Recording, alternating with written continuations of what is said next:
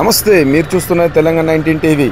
Vote హక్కును వినియోగించుకున్న collector Nizamabad, Karimnagar, Adilabad, Medak జిల్లాలతో కూడిన కరీంనగర్ శాసన మండలి పట్టభద్రుల నియోజకవర్గ ఎన్నికల్లో నిజామాబాద్ కలెక్టర్ రాజీవ్ గాంధీ హనుమంతు తన ఓటు హక్కును వినియోగించుకున్నారు.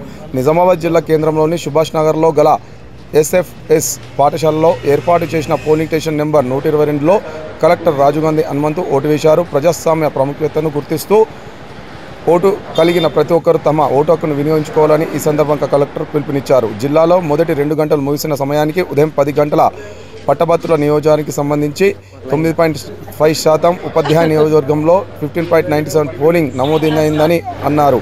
జిల్లా వ్యాప్తంగా ప్రశాంతంగా పోలింగ్ కొనసాగుతుందని తెలిపారు.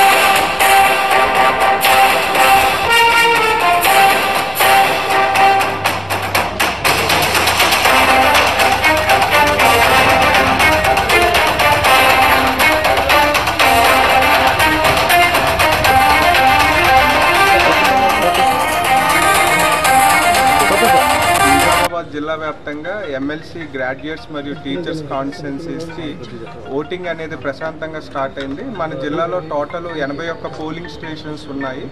గ్రాడ్యుయేట్స్కి సంబంధించి 48, టీచర్స్కి సంబంధించి 33, మొత్తం 81 పోలింగ్ స్టేషన్లో కూడా మార్నింగ్ మనకి 8 o'clockకి పోలింగ్ స్టార్ట్ అయింది.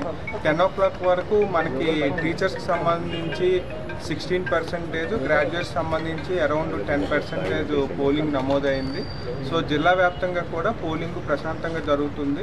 సో ఓటర్లందరూ కూడా వచ్చి వాళ్ళ ఓటు హక్కుని వినియోగించుకోవాలని, మనకి ఎలక్షన్స్లో ప్రిఫరెన్సెస్ ఇవ్వాల్సి ఉంటుంది కాబట్టి బ్యాలెట్ పేపర్ మీద 1, 2, 3 నెంబర్స్ వేసి ఆ ప్రిఫరెన్షియల్ ఆర్డర్స్లో నెంబర్స్ వేయవలసిందిగా కోరుతుంది. నోటా ఉంటుంది సార్, ఇలా నోటా కూడా ఉంటుంది.